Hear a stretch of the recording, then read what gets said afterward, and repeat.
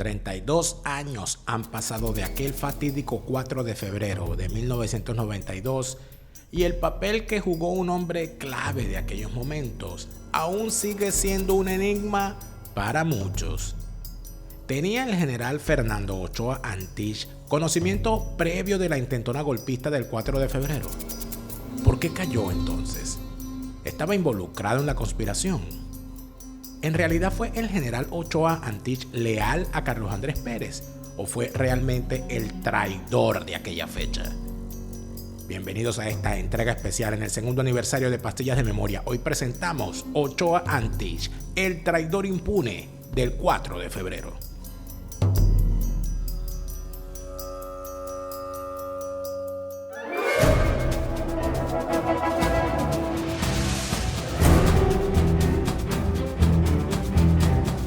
Entregarle este gobierno a un civil, un gobierno de transición, sin el botín de sobre mí recayó la responsabilidad, pero en los otros reside. Volvió a su táctica de buscar apoyo de algunos gobiernos y de organismos internacionales. Esos que desaparecieron en la madrugada gloriosa del 23 de enero.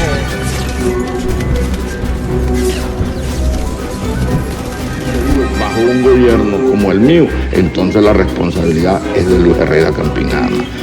Centenares de comercios saqueados y un número no determinado de heridos. Compañeros, lamentablemente por ahora los objetivos que nos planteamos no me perdonan que haya sido 2 veces presidente por aclaración. Juro delante de mi pueblo que sobre esta moribunda realidad y la responsabilidad social. Ha fallecido el comandante presidente Hugo Chávez.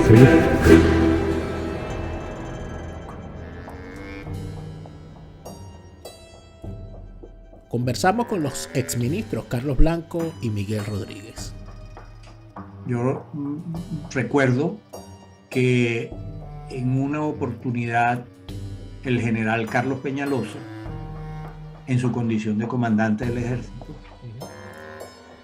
amigo mío porque él era miembro de la Comisión Presidencial para la Reforma del Estado que yo presidía en ese momento.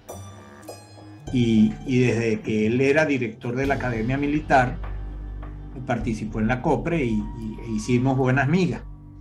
En una oportunidad, él, siendo yo ministro y el comandante del ejército, me invita a cenar y fue con el general Ramón Santeliz.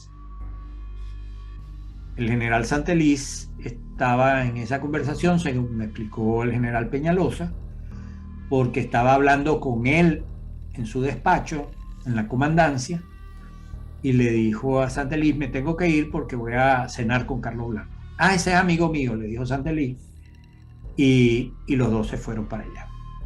Allí, en presencia de Santeliz, Peñalosa me relata la conspiración. Y básicamente con la idea de que pienso yo, informara más ampliamente al presidente de estos términos de la conspiración. Honradamente yo no me acuerdo de los nombres que me dio, porque todo esto me ha debido nombrar a Chávez, a Contreras, a Díaz Cárdenas, pues a todos los comandantes que estaban allí, porque ellos sabían que esa conspiración existía. El problema que se presentó entre los militares, el presidente, algunos ministros que intervinieron en todos esos momentos con el grupo conspirador, es que primero no había pruebas concluyentes. Había unos que decían: mire, esto está ocurriendo. En mis palabras, no tenemos la grabación, el texto, pero está ocurriendo, la conspiración está en marcha. Y otros pensaban: esos son unos jóvenes oficiales que lo que están es hablando pistoladas. Digamos, uno dice, bueno, ¿cómo es posible que hayan desestimado los informes de los jefes militares y de la inteligencia sobre esta conspiración? Y aunque no es ninguna excusa, la explicación que hay, que yo tengo al menos, es que una conspiración en ese tiempo, una conspiración seria, parecía como una cosa imposible. Es decir, ¿de qué estamos hablando? Si la democracia más consolidada de América Latina y del Caribe tiene pues suficiente fundamento y solidez como para que estén hablando de conspiraciones. Eso yo creo que es un factor cultural, equivocado desde luego, pero fue un factor cultural. Luego había una disputa de interpretación entre los jefes militares, a la que aludí, que tenía que ver con una situación de los militares. Ahí había el grupo de los notables. ¿Quiénes eran los notables? Un grupo de generales que no eran generales, en palabras de ellos, troperos, sino que eran generales intelectuales, digamos, de distintas tendencias políticas, diría yo.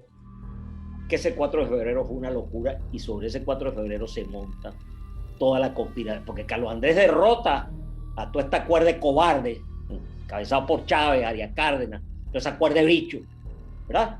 Que lo que eran unos militares felones y cobardes, ¿verdad? Porque nadie que se respete, mira, si quita lo del Valle y Ley de Gobernación y me quito la defensa de Venezuela, en Venezuela no hubiera pasado nada. Claro. O sea, que usted responsabiliza a Ochoa. Ochoa, al alto mando completo, y Fernando Ochoa Tich, que es el que nombra a tipos que estaban identificados con un movimiento de mierda, perdóname la expresión, que se llamaba el MBR 200, como que era. Dime si estoy en lo correcto. Sí. Porque a veces se me olvidan los nombres. MBR 200. MBR 200, ¿verdad? Que estaban identificados como que iban a un golpe de Estado en Venezuela. Y estaban esperando la oportunidad. Y Ochoa los nombra a todos en las posiciones de comando. Arias Cárdenas en los blindados del Zulia. O en un comando importantísimo en el Zulia. A Chávez en los paracaidistas del agua. A Ortiz en el Fuerte Tiuna. ¿Verdad? A todos esos bichos los nombra en las posiciones de comando de las 7 unidades más fuertes del ejército. Algunos creen que la versión de los entonces ministros de CAP ya está lo suficientemente bien documentada en el libro La rebelión de los náufragos. Pero, ¿qué decían los informes de inteligencia de la época a los cuales, según sus más allegados, el propio presidente se negaba a admitir? ¿Cuál es la versión que no nos habían contado hasta ahora? El vicealmirante Rodríguez Citraro, el director de la DIN, nos ofrece su relato de los hechos y su teoría al respecto. Mi teoría es que era dejar hacer para ver qué pasaba. Ajá. O sea, no solamente estaba Chávez en esa onda, sino que había otra gente dentro del propio Partido Acción Democrática, dentro de los grandes, los ilustres o notables ciudadanos venezolanos. Había un malestar, o interpretaban un malestar como razón suficiente para un cambio de rumbo. Y por lo tanto, era posible dejar hacer a alguien que se ocupara del trabajo sucio y después recogemos el beneficio. Es decir, en pocas palabras, todo el mundo estaba conspirando. Eso es correcto.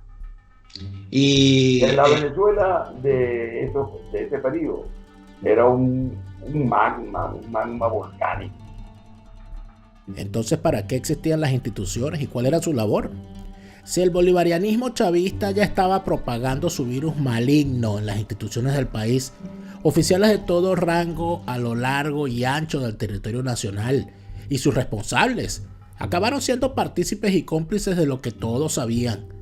Eso si hacemos caso al relato del general de brigada Herminio Fuenmayor, quien luego del vicealmirante Rodríguez Citraro se convertiría en nuevo director de la DIN.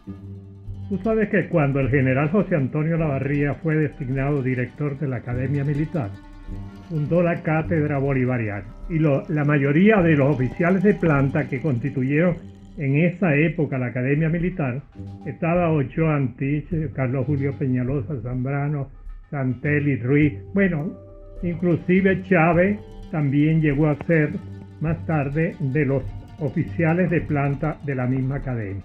Y de ahí es donde sale la doctrina bolivariana, porque ellos crearon la Cátedra Bolivariana en la Academia Militar.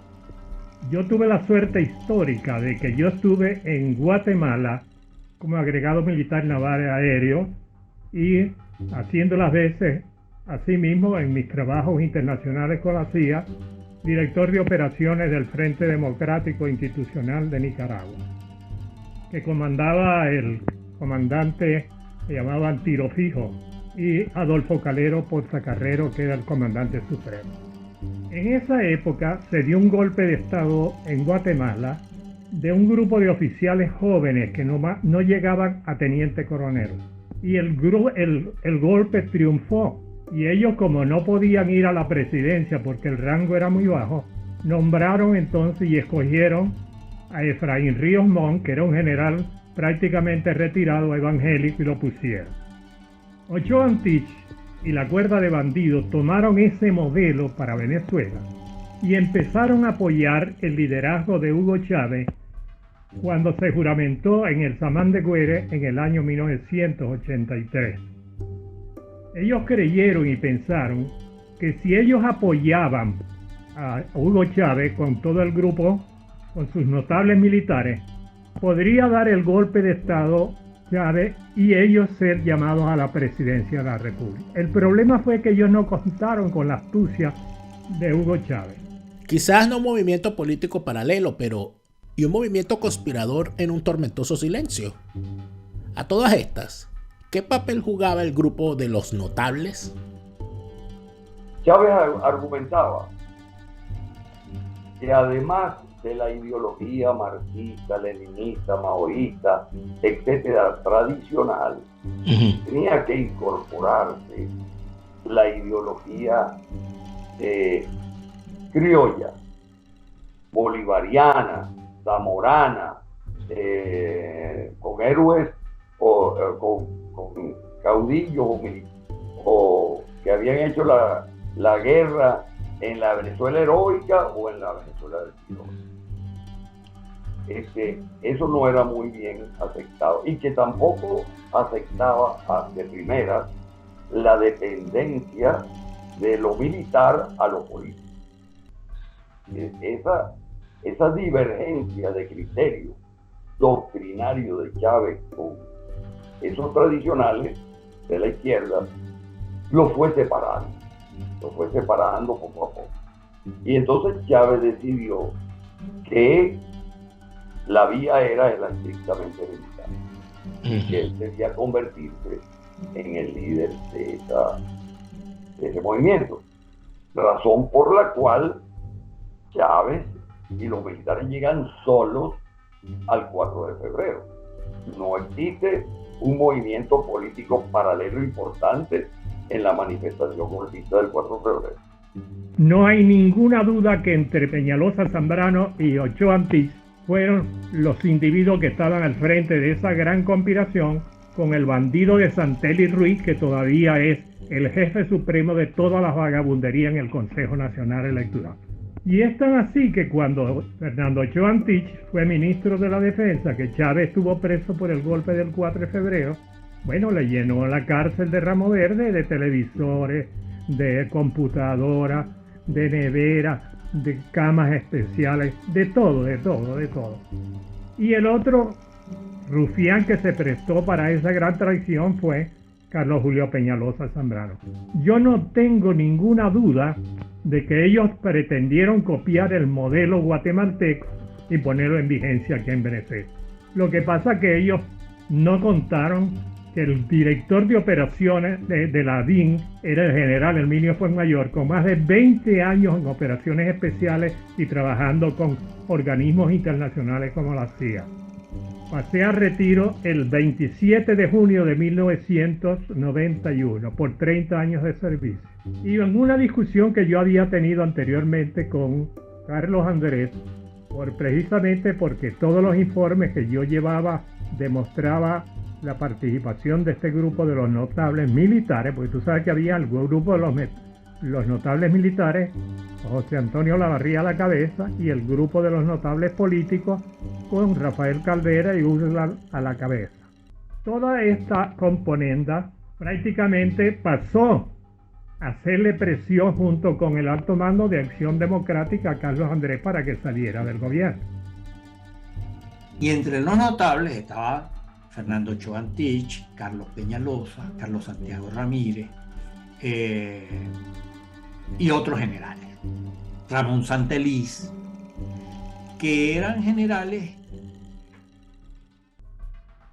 que tenían aspiraciones de poder, y me voy a explicar.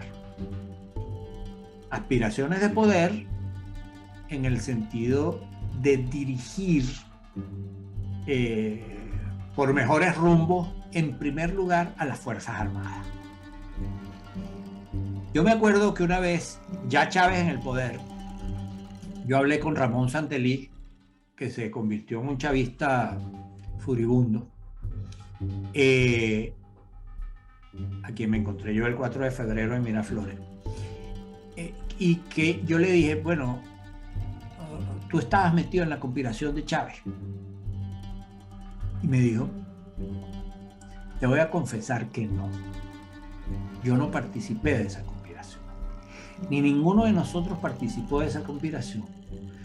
Porque nuestra ambición, nuestro propósito, antes, estamos hablando de los 80, era llegar a tomar los comandos de las Fuerzas Armadas para transformarlas. No tomar el poder político, sino tomar el comando de las Fuerzas Armadas. Y eso lo habíamos logrado. Por la vía natural, fulano es comandante de tal fuerza, el otro es ministro, el otro es aspirante a ministro, etc.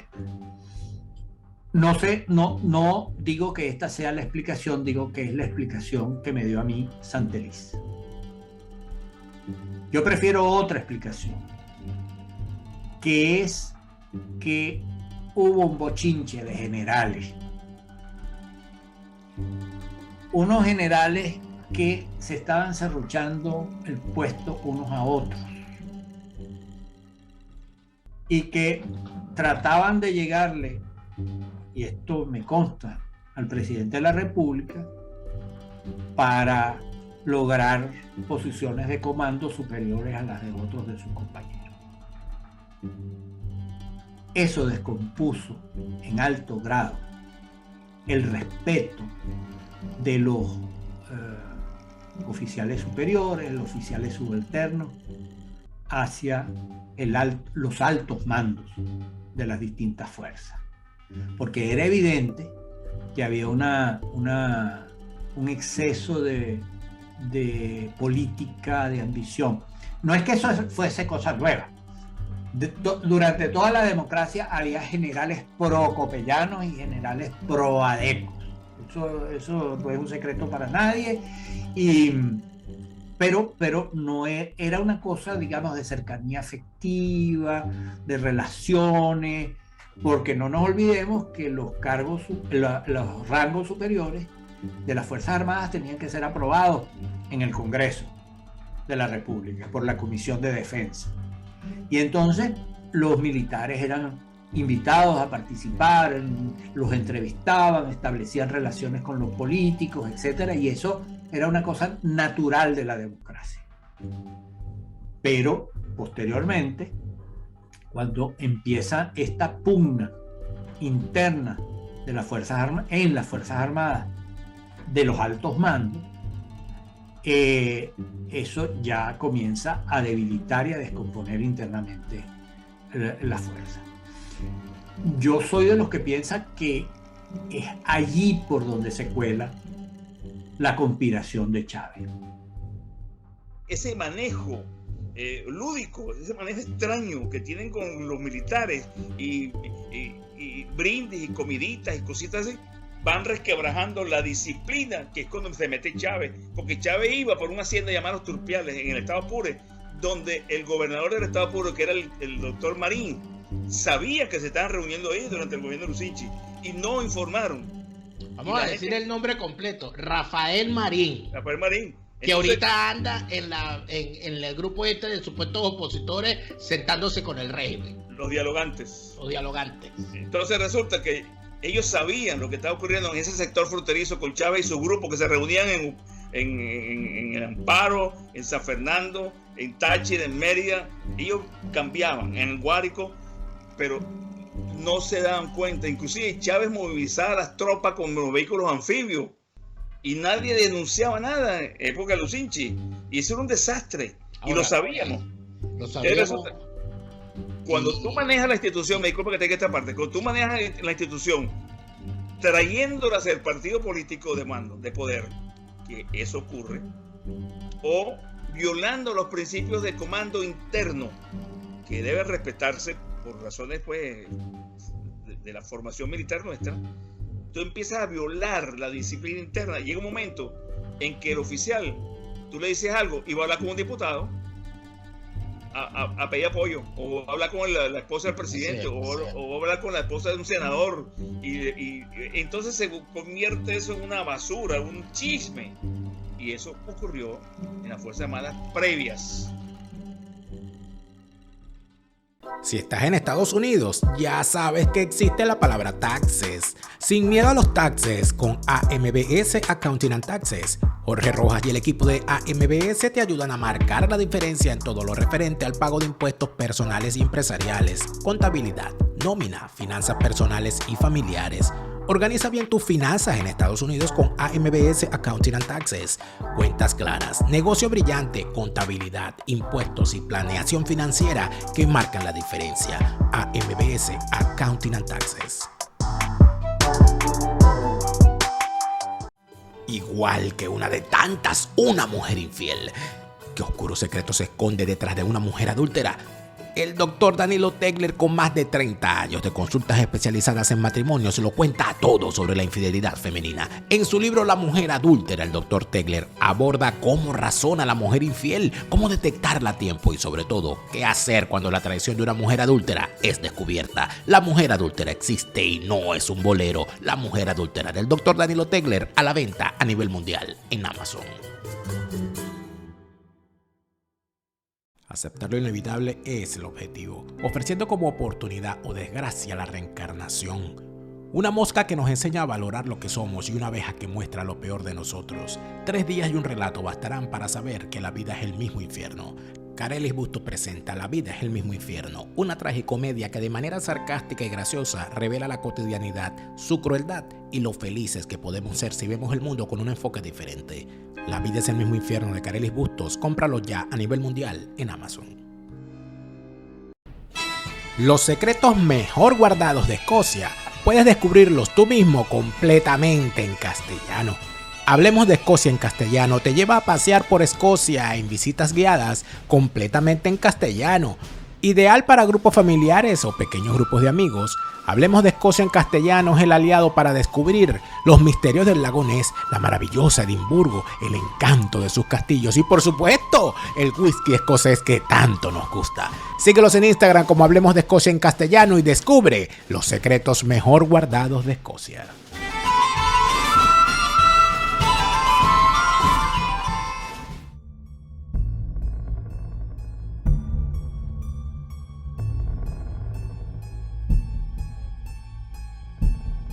Porque ellos creían que con todo el desastre en el que había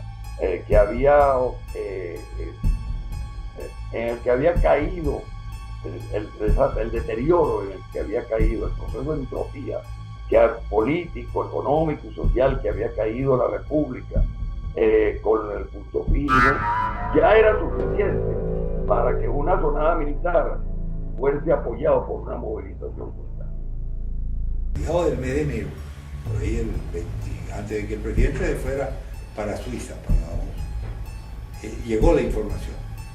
Entonces el presidente Pérez ordenó una reunión del alto mando el ministro de Defensa, el alto mando, y los organismos inteligentes para discutir el problema. Allí se leyó el informe, bueno, se dio una recomendación del caso. No, el alto mando recomendamos detenerlo, pero el presidente Pérez dijo que no, que dejáramos eso así hasta que él regresara del viaje, y cuando él regresara del viaje le informaran lo que se hubiera averiguado para él tomar la decisión. Hay gente que se pregunta, bueno, pero esa conspiración, primero se sabía que existía. En segundo lugar, no estaban algunos de estos generales vinculados a esa conspiración. Yo creo que se puede decir con bastante seguridad que hubo generales que conocían esa conspiración, que pudieron haberla detenido y no la detuvieron, pero que la conspiración no era con ellos ni para ellos, que es una de las cosas que se ha dicho durante muchos años, es que Fernando Ochoa Antich estaba comprometido en esa conspiración. Este es un tema que yo hablé alguna vez con el presidente Pérez. Y yo quería saber su opinión. El presidente Pérez, porque yo vi algunas acciones del general Ochoa Antich que no me parecieron convincentes el 4 de febrero. Entonces yo a los años le pregunté al presidente Pérez, ya fuera de la presidencia, ¿usted cree que Ochoa estaba metido en la conspiración? Y me dijo, no, yo no creo. Los Ochoa son locos, pero no traidores. ¿Por qué Ochoa Antich nunca fue juzgado por todo esto? Protegido por las élites políticas en la conjura. Ochoa siempre fue un protegido. Porque si meten, yo le dije a Pérez esa noche, delante del ministro, porque le dije traidor a ese general. Le dije, presidente, destituyelo y pase a juicio. La culebra se mata por la cabeza, presidente. Ahí yo me restié. Ahí yo no le hice caso a más ningún general, ni le hice respeto ni a ningún partido político. Yo me dediqué a trabajar por la seguridad del presidente y a tratar de identificar los factores que habían quedado en la institución del ejército que están en la conspiración. Y Pérez se reunió con 10 generales del ejército. Y yo les dije a todos, antes que Pérez se sentara a hablar con ellos, ustedes están protegiendo a los rebeldes militares que todavía quedan vivos en el ejército. Ustedes van a pagar caro, porque la mayoría de ustedes tienen hijos militares y van a sufrir las consecuencias de este señor que se alzó en armas y que ustedes están protegiendo a sus cómplices. Yo estaba en la oficina del ministro cuando trajeron a Chávez preso. Lo trajeron con su fusil al hombro, correctamente uniformado, porque ¿quién va a buscar a Chávez al Museo Histórico Militar? El general Ramón Santeliz, compadre de Ochoa. Y Santeliz, ahora tengo el conocimiento exacto de que Santeliz siempre fue un comisario político, infiltrado. Inclusive desde la época en que pudieron manipular desde la dirección de la inteligencia del personal del ejército, nombramientos para Hugo Rafael Chávez. Nombramientos, porque usted no se puede explicar cómo un teniente de 2 años de antigüedad, que es el número 40 de su promoción, sea designado como oficial de planta de la Academia Militar de Venezuela. Claro. Cuando ese cargo es para oficiales, los primeros de la profesión, claro, siempre, en cada academia. Y no se puede explicar cómo Chávez después, al ascender a capitán, vuelve a la academia. Y no solamente vuelve a la academia, sino que es nombrado comandante del curso militar. Ahí hay personajes como el general Miguel Rojas, el general Ochoa Antich, otros personajes que tienen una preponderancia tremenda en todo lo que ocurrió Santelí Ruiz fue a buscar a Chávez y Santelí Ruiz era parte de la cosa. Se lleva a Chávez por el Ministerio de la Defensa y en el Ministerio de la Defensa reciben a Chávez como cualquier oficial en cualquier momento con todos los Ochoa había dado instrucciones de que no se le maltratara. Ah, caramba. ¿Me explico?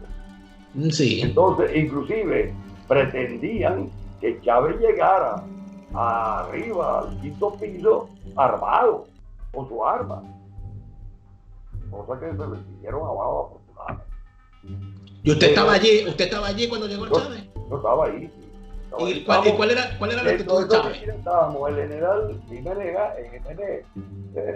Jiménez Sánchez, que después fue ministro. Sí. El vicealmirante Daniel, que era el inspector general de la Fuerza Armada, y yo. Vamos a ver.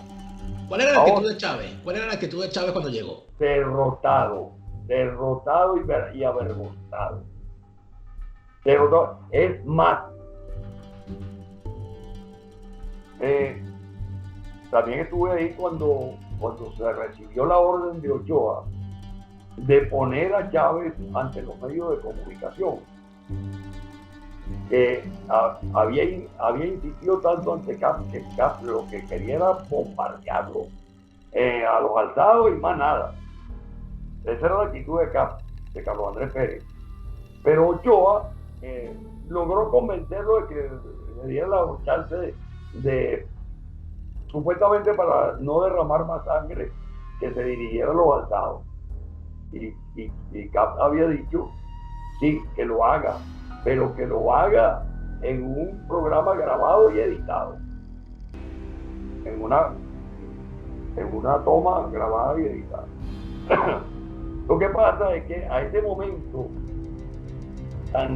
de tanta confusión y agitación en la planta baja del ministerio, en la oficina de relaciones públicas, había miles de periodistas, cientos de periodistas, de televisión, de radio, de prensa.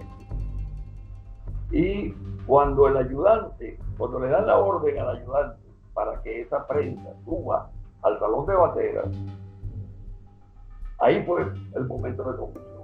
Subieron todos, no un equipo de radio, ¿cómo se llama? Del Canal 8, de Venezolana de Televisión, el canal del Estado, que grabara, editara y distribuyera a los demás medios. Eso se lo distribuyera a los demás. ¿Y eso fue un error o fue deliberado? No lo sé. Habrá que ver, ¿no? No lo sé. Pero en todo caso, nadie se opuso a que Chávez hablara. No, yo le dije a Daniel. Dije, mira, Daniel, ten cuidado porque no debe hablar Chávez en directo. Chávez es un prisionero. Debes hablar tú y decir, este señor violó la Constitución y la ley, intentó dar un golpe de Estado, este señor es un delincuente y así tiene que presentarlo.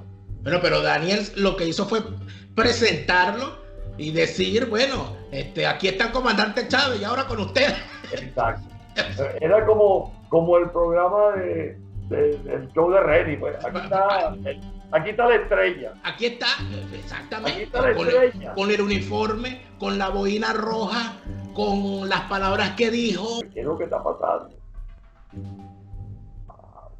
Está bien, pues yo llamé por el teléfono interministerial que todavía tenía como controlador general en mi casa. Llamé al despacho me atendió el ayudante y le dije, páseme a Ochoa, y me pasa a Ochoa y le digo, mira Ochoa, que me dicen que hay un golpe de Estado. Me dice, sí, coño, sí hay un golpe de Estado. Ochoa había estado en Maracaibo y había hablado con Urdaneta, con Arias Cárdenas, venía allá, ya había ido a Maiquetía a recibir a Pérez. Era una cosa absurda. Y yo le digo, ¿y quiénes son los mismos? Chávez y Rojas y todo ello. Y Blanco La Cruz y ellos. Porque todo eso se sabía en la Fuerza Armada. Y él me dice, y yo le digo, ¿y qué quieres tú que yo haga? Me dijo, vente para el ministerio. Diga lo que diga Ochoa, según los testigos y los distintos puntos de vista, el vínculo de Ochoa en la conspiración de Chávez a estas alturas era más que evidente. Yo regresé de Maracaibo a las 8 de la noche. Cuando yo llegué aquí a Maiquetía, recibí una llamada del general comandante de la Guardia Nacional que me informaba que había un rumor de que le iban a hacer un atentado al presidente Pérez. Entonces yo me quedé llamar a la Dirección de Inteligencia Militar, llamé a la Dirección de Inteligencia Militar y el director de Inteligencia Militar me confirmó el rumor. No, el general Rangel no había transmitido la información, sino que era un rumor que había surgido. Y bueno, yo llamé al destacamento, al regional número 5, que es el que da protección a la autopista, y estaban todas las medidas más o menos tomadas. Yo consideré suficiente. Pero cuando voy llegando al túnel, al primer túnel, había mucho tránsito. Yo le pregunté a un guardia nacional qué estaba ocurriendo. La historia se hace por azar. Eso es un principio que ustedes tienen que entender. La historia, el 80% de los hechos históricos son azar, cuestiones que ocurren de manera incontrolada. Van a sorprenderse esto, y cuando lo lean en el libro, que está más detallado, van a quedar realmente sorprendidos de las casualidades. Entonces, fíjate, yo recibo la llamada y voy cuando le pregunto al Guardia Nacional de qué ocurre, que por qué hay tanto tránsito, él me dice que hay un vehículo incendiado dentro del primer túnel, que se ha incendiado dentro del primer túnel. Eso me dio a mí mal espíritu. ¿No? Yo dije, entonces decido regresar a esperar al presidente Pérez. Cuando yo tomo la decisión de regresar, porque encuentro me informa el Guardia Nacional que hay un automóvil incendiado en un túnel, yo decido ir al aeropuerto a recibir, estar ahí para recibir al presidente Pérez. Cuando estoy bajando, digo, caramba, voy a llegar solo. Si hay algún problema me detienen a mí también. Entonces tomo la decisión de ir al destacamento 53 de la Guardia Nacional para tomar el mando yo mismo del destacamento y tomar el aeropuerto. Y así lo hice, fui hasta allá. El presidente se les escapó a los golpistas. Se le escapó antes en el aeropuerto, porque el general Ochoa viaja al aeropuerto porque había una conexión con el comando de la Guardia Nacional que dirigía en ese entonces el teniente coronel Ferreira da Silva, ahora es general exilado aquí, y hemos hablado mucho de ese punto.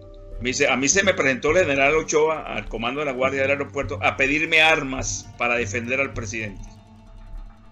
Y yo llamé al general Maya, y el general Maya me dijo que no le entregara ni un cuchillito, nada. El general Ochoa se retira del comando de la guardia del aeropuerto, de seguridad del aeropuerto, y se va a la rampa.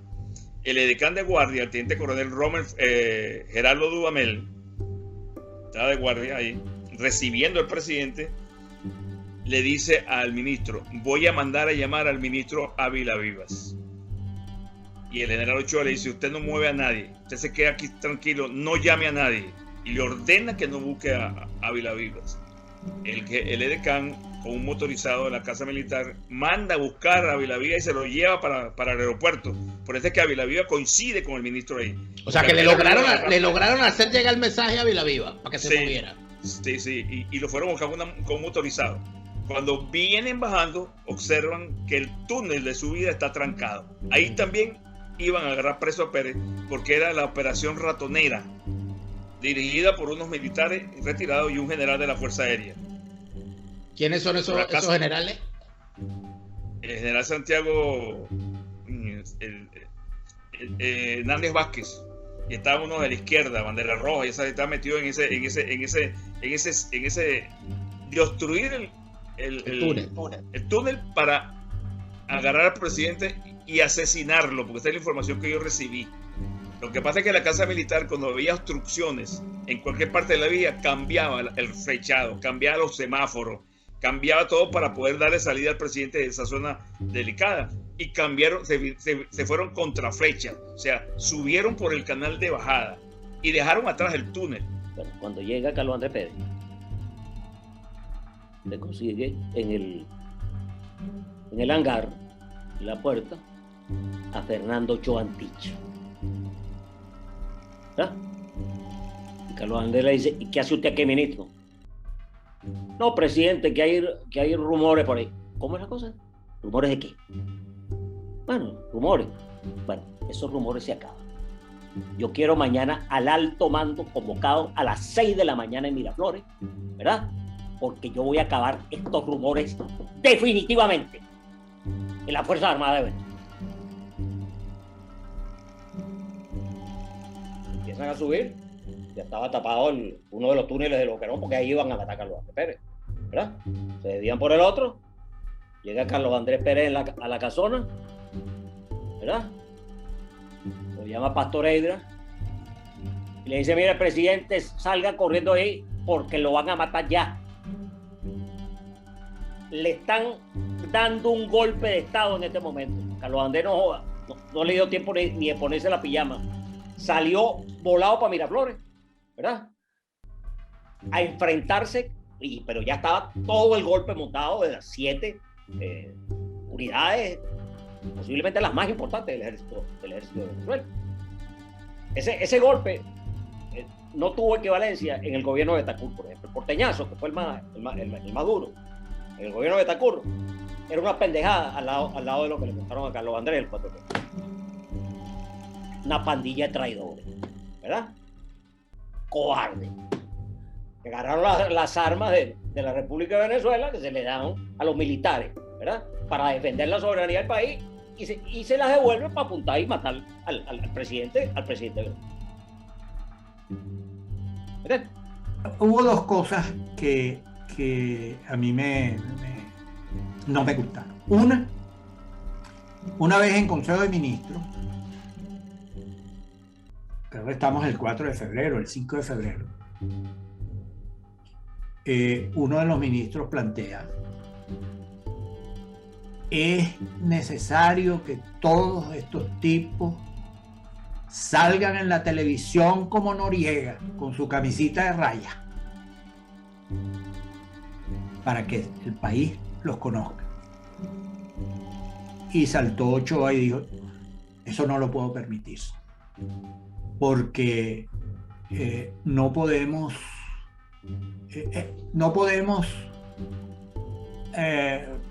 algo así como ensañarnos contra los caídos en desgracia o los compañeros caídos en desgracia. Es decir, hay una cierta resistencia que uno podría llamar actitudinal frente al hecho de que, bueno, que había que sancionar. Que Chávez hablara era muy importante, sin duda, era un impacto psicológico muy importante, que debió haberse grabado, no cabe duda, para haber evitado, ¿no? Pero si lo hubieran grabado bien, si lo hubieran montado bien, porque tenían que haberse dado cuenta de que era inconveniente como lo estaban haciendo. Pérez le dice a Ochoa, llame a Chávez delante de mí, delante el general Ojeda Valenzuela, que falleció, otro general de la Guardia Nacional que falleció, y el almirante Díaz Tarazón, que estaba con el presidente ahí. Le dice, llámese a Chávez, que se entregue porque le van a pasar los aviones de Fuerza Aérea. Ordena el despegue de los aviones en Maracay. Pérez, a través del general Iván Darío Jiménez. Los aviones sobrevuelan la planicie 2 veces. Y no con misión de fuego, porque son una cantidad de ranchos y clase pobre y un pelón ahí mata un gentío. Y era en la mañana, a las 6 de la mañana, todo el mundo está en sus casas. Entonces le dice, llámese a ese bandido, llámese al comandante Chávez, que se entregue porque lo vamos a atacar definitivamente. Ochoa sale, bueno, y le dice, lo presenta esposado y sin la fatiga militar. O sea, así una franela blanca o una franela de color. no lo ponga con los símbolos militares de mando, teniente coronel. Y él sale. Yo sigo a Ochoa, porque yo desconfiaba del ministro siempre, desde que lo nombraron, pero no tenía argumentos, y mucho menos para sospechar de un golpe, una conspiración, una conjura. Entonces lo sigo. Él agarra el teléfono que está en el rinconcito de la antesala para que la gente que está ahí presente pueda llamar por teléfono y hacer algunas coordinaciones, y habla con Chávez. Te voy a mandar a buscar con el comandante Rommel Fomayor. Yo le digo a Ochoa, Rommel Fomayor no sale de aquí. Él es edecán del presidente. Ninguno sale aquí. Agarren a su loco y métanos presos ustedes. Ahí estaba Santelí Jiménez, otro bandido. Entonces Santelí sale a reclamarme a mí que por qué yo le falto el respeto al ministro. No, yo no estoy faltando el respeto. Aquí o se respeta al presidente o yo no respondo. Y te vas de aquí también. Sáquenlo de aquí. Y mando sacar de la antesala al general Santelís y a un señor llamado Ferdinand Altuve Febres, que falleció también, que era un conspirador renomado con los hermanos de Sola, con toda esa gente de izquierda, con todo ese periodo de la guerrilla. Ellos estaban conspirando siempre. Entonces resulta que ahí sale y me llama Ítalo del Valle Aliegro desde su casa. Y dice, coño, Carratú, qué bien, me encantará que sacaste a Tuve Férez y sacaste a este tipo. Ahora ten cuidado con Ochoa, que ese es un tramposo, me dice Ítalo. Le digo, coño, perdón, cónchale, me lo va a decir ahora, que estamos metidos en el rollo. ¿Y por qué no me lo dijo antes? Franco, cuando salgo, Ochoa quiere dirigirse al país desde el palacio, con toda la prensa. Le digo, no, le dije yo, no, usted aquí no habla, aquí solamente habla el presidente. De la casa del presidente de la República, el poder nacional. Habla del ministerio o habla en la calle, por aquí no. Ustedes se metieron, sí, a lo macho, se metieron en una oficinita que está aledaña al despacho presidencial del Ministerio de la Secretaría. Y como eran tantos periodistas, se pararon en la mesa y partieron la mesa de mármol. Y se partió la mesa, se cayeron las cámaras y un desastre ahí, y tuvieron que salir a un pasillo a hablar. ¿Cuál era el empeño del general Ochoa? Hablarle al pueblo. Si él tiene que hablarles a las Fuerzas Armadas, a su alto mando militar, a su comandante de guarnición y respaldar al presidente en todo. No lo hizo. Nunca lo hizo. Un país que se destruyó en cámara lenta, pero a la vista de todos. Olivia Sifontes nos lleva por un doloroso viaje en 2 entregas que nos permite entender cómo 25 años de maldad chavista acabaron con Venezuela. Destrucción de un país, de Olivia Sifontes, para entender el daño que nos hicieron y nunca olvidarlo. Destrucción de un país 1 y 2, a la venta ya, a nivel mundial, en Amazon. Viajar por España es mucho más que las ciudades de siempre. Hay otra España, más allá del Mediterráneo, y Somavilla te invita a conocerla. Posada Somavilla te invita a Cantabria, que te espera con todas sus aventuras, con su historia y su belleza. Las playas del Cantábrico para disfrutar del mar, del velerismo y del surf. La hermosa Santander, el paraíso favorito de príncipes y estrellas. Y todas las delicias de la gastronomía de la costa cantábrica que Posada Somavilla te hará conocer. Posada Somavilla en Cantabria para conocer otra España. La vida, las experiencias, el arte y Venezuela. Todo eso se lo dio la luna a una niña que hoy cuenta una maravillosa historia. Lo que me dio la luna de Zaida Belén Martínez es una historia de familia, sus valores y tradiciones, vista desde los ojos de una niña que juega con la luna en una vieja casa familiar. Lo que me dio la luna de Zaida Belén Martínez, con las cosas bonitas que nos unen a Venezuela. Cómpralo ya en Amazon.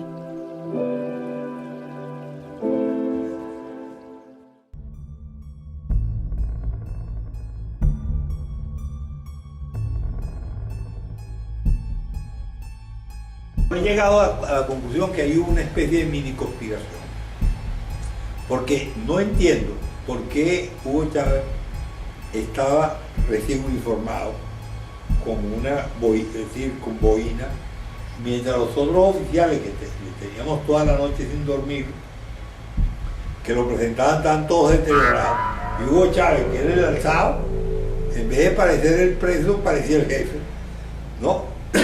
Entonces eso es ahí. Han señalado al general Ramón Santelí, que fue el que lo trasladó detenido del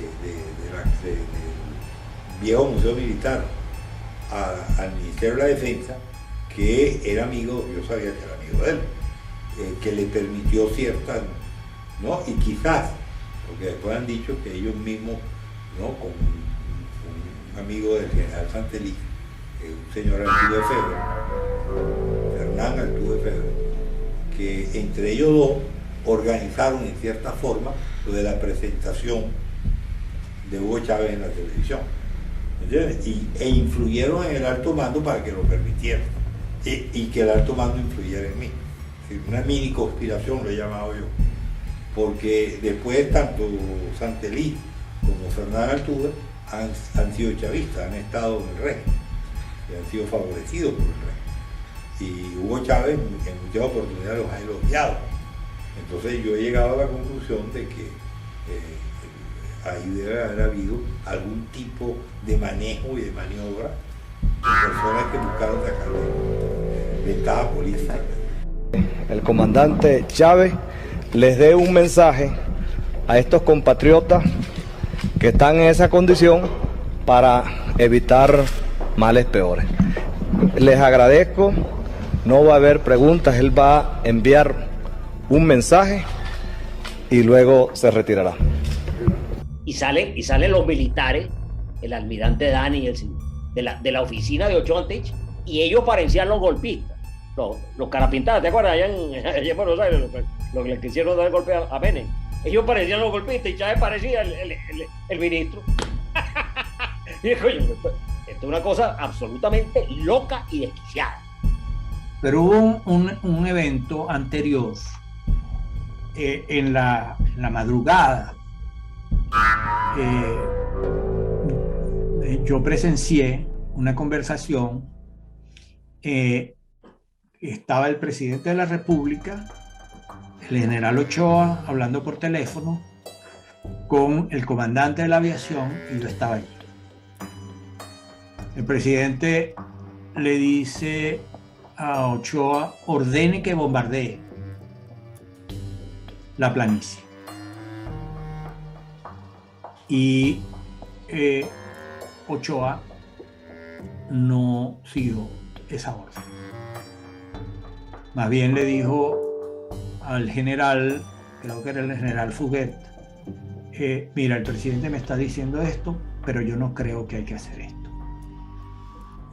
Entonces, yo vi aquello. A los años, por cierto, yo lo hablé con Enrique Ochoa, con Fernando Ochoa, fuimos juntos en un automóvil a Valencia, a un evento que nos había invitado Enrique Salas Romer, y yo le dije: mira, Fernando, yo presencié esto. Eso es verdad, porque eso habría sido mucho peor, y las consecuencias habrían sido mucho peores, por razones que me explicó allí. Después que yo presencio esto, el 4 de febrero, que vamos al Consejo de Ministros, el presidente nos dice a todos los ministros: miren, ministros, no se preocupen, los aviones de guerra de la aviación militar van a sobrevolar porque van a bombardear, pero no se preocupen. Y entonces empezaron a pasar los aviones esos que hacen un ruido estruendoso, y nada, pasaron y no pasó nada. O sea, obviamente lo que supuestamente iba a ocurrir no ocurrió.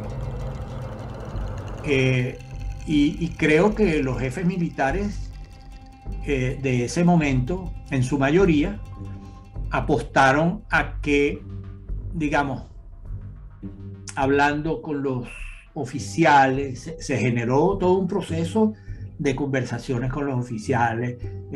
Otros oficiales fueron comisionados a entrevistarlos en sus lugares de reclusión, a tratar psicólogos, asistencia, para entender, porque esa es una conspiración que no son solamente los comandantes del Samán de Güeres.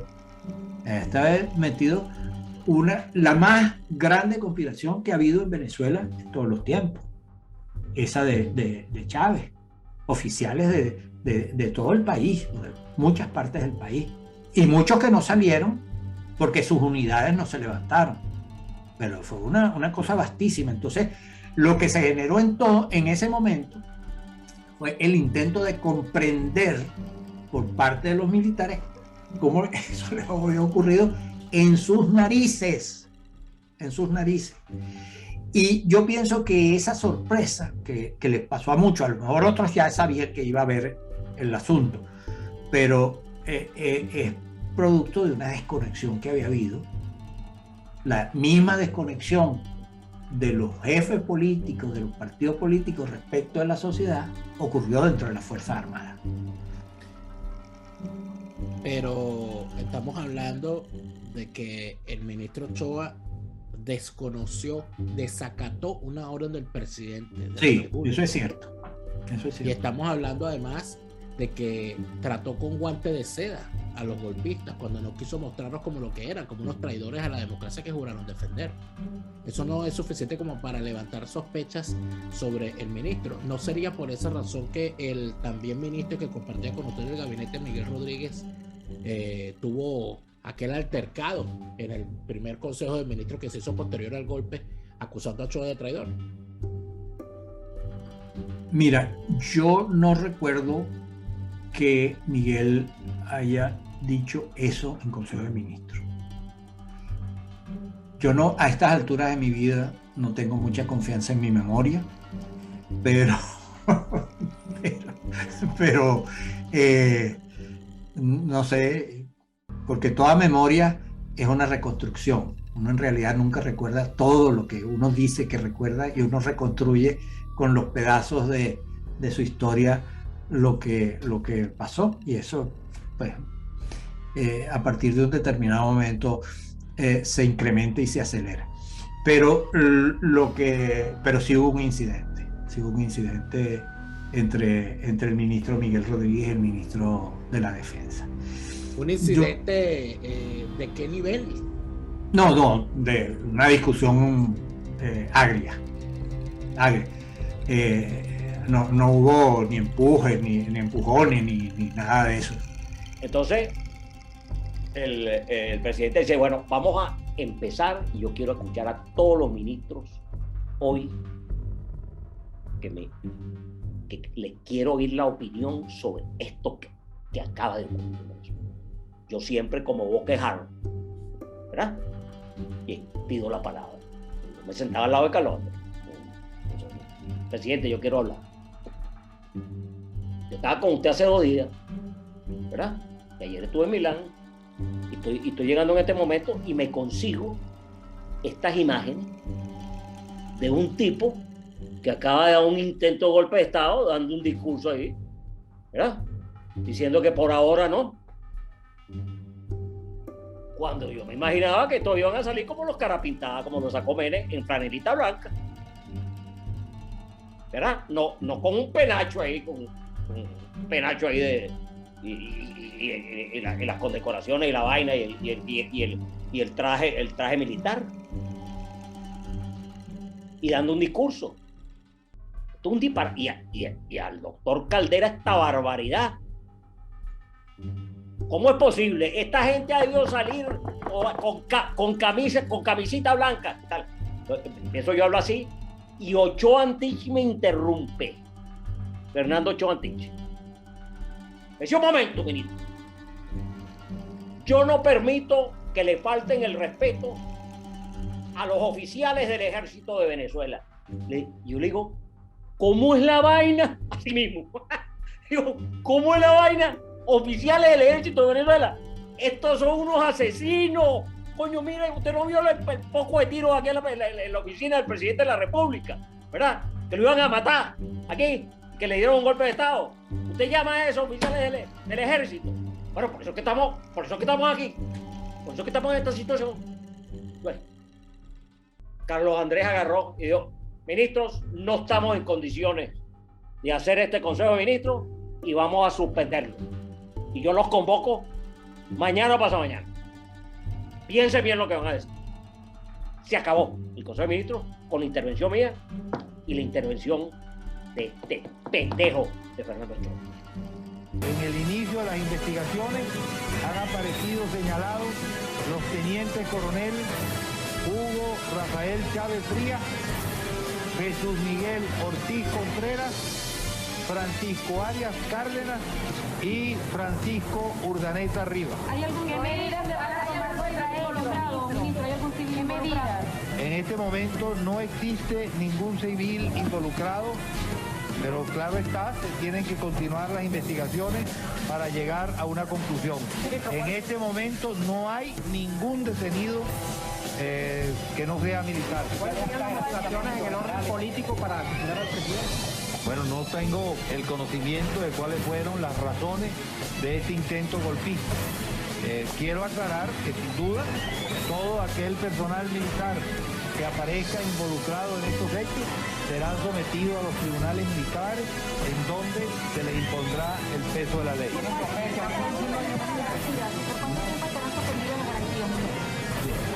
El tiempo que se requiera para que la normalidad ciudadana regrese al país. ¿Qué horario funcionará el toque de queda? No se ha establecido en este momento toque de queda. Oficiales de alta jerarquía, generales metidos en... No existe ninguna sospecha sobre que se encuentren comprometidos en el dicho alzamiento oficiales de más alta jerarquía que los nombrados. No falló el sistema de inteligencia, ya que a tiempo tuvimos la información y logramos tomar las medidas para resguardar la vida del presidente. Sin duda fue un movimiento conspirativo que tuvo alguna magnitud, pero a tiempo logramos informarle al señor presidente y preservarle la vida como ustedes. ¿El señor presidente tenía poca seguridad alrededor? En realidad no tenía poca seguridad, tenía la seguridad normal que el señor presidente tiene siempre. Lo que ocurre fue que hacia el Palacio de Miraflores desfilaron unidades blindadas y atacaron el Palacio Presidencial. No creo, es sin duda un lamentable momento para las Fuerzas Armadas, que en verdad nos causa una gran preocupación y tiene que conducir tanto a las Fuerzas Armadas como al país a una profunda meditación. Pero ¿cómo se pudo desplazar tantas unidades blindadas y tanto movimiento como el que los organismos de inteligencia del Estado lo detectaran, por lo menos los de las Fuerzas Armadas? En la noche de ayer, antes de que el señor presidente de la República llegara al país, ya teníamos información de que había alguna situación anormal en distintas guarniciones. Se tomaron las medidas de protección del señor presidente y esa es la razón por la cual salió a tiempo de la casona antes que ésta fuera atacada y se dirigió al Palacio Presidencial. Lo que ocurrió es que aquí el Palacio Presidencial fue atacado por una unidad blindada de una mayor capacidad de fuego que la que normalmente protege al Palacio Presidencial. De todas maneras, como ustedes han visto, las tropas de la Guardia de Honor se batieron valientemente en resguardo de la seguridad del señor presidente, igual tu cuerpo de decano, habiendo logrado salvaguardar tu vida y logrando que él saliera del Palacio de Miraflores a dirigirse al país como lo realizó. En este momento no quiero dar números porque no los tengo claramente. Quiero también aclarar que el señor ministro de la Defensa, mi persona, estuvo desde el mismo momento dirigiendo las operaciones desde mi despacho en el Ministerio de la Defensa y con el apoyo de todo el alto mando logramos controlar la situación. Ministro, ¿qué le espera a estos militares que se voltearon en contra de sus propios compañeros y que violando la ley militar y la Constitución Nacional? ¿Qué les espera? Bueno, sin duda le corresponde un juicio militar en donde las sanciones que les corresponderá serán sumamente elevadas. ¿Los soldados que se limitaron a cumplir con órdenes con instrucciones superiores? Bueno, la situación de los soldados tendrá que ser analizada por los jueces, pero no hay duda que la mayoría de los soldados fueron conducidos a esta situación sin una información clara de lo que estaban haciendo. ¿Cuál sería la pena máxima que se les podría aplicar?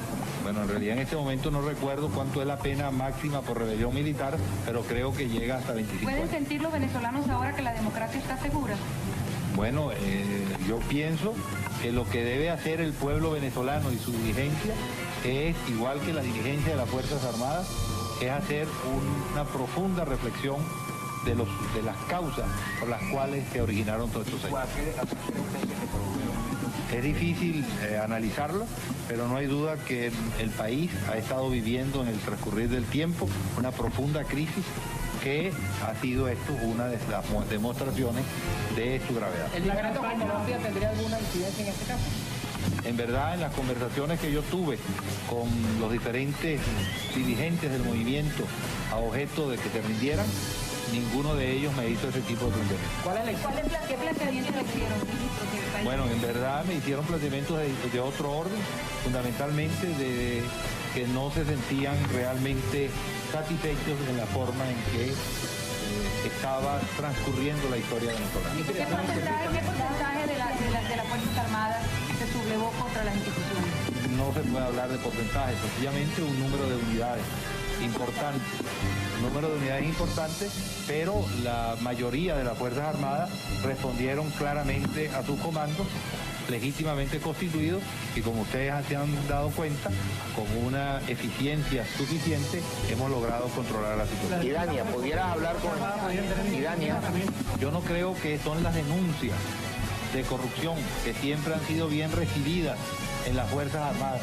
Por el contrario, sí creo que una campaña que se ha venido haciendo, no solo contra la autoridad militar, sino contra las diferentes autoridades en el país, ha sido una de las causas que ha generado este tipo de... ¿A quién responsabiliza usted por esta campaña? Yo no quiero responsabilizar a nadie, yo solamente le hago al país un llamado a la reflexión.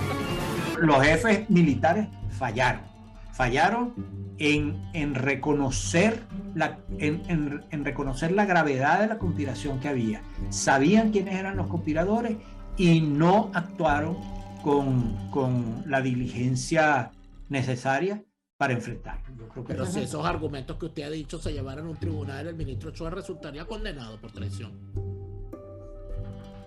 No, sobre eso no te puedo decir. Estoy refiriéndome a hechos, a los hechos que yo presencié, a los que vi y a lo que yo supongo que es sobre la base de las informaciones que tengo. Sobre lo del tribunal.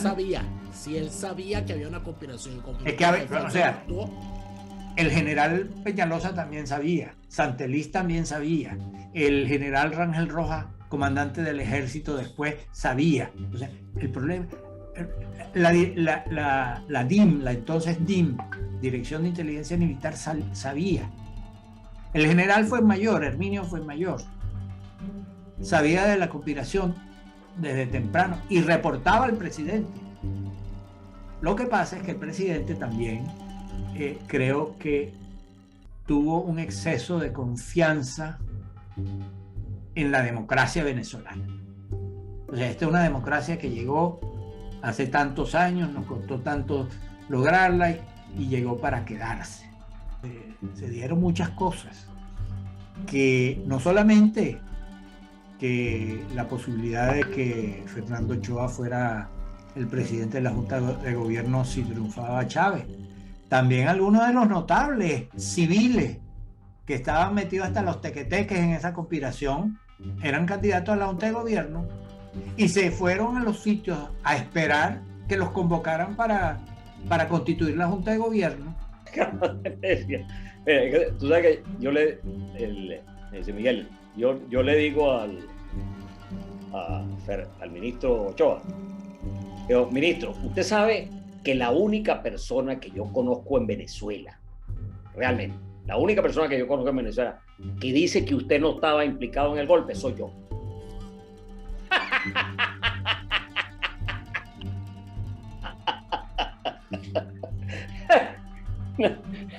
No hay nada que agregar.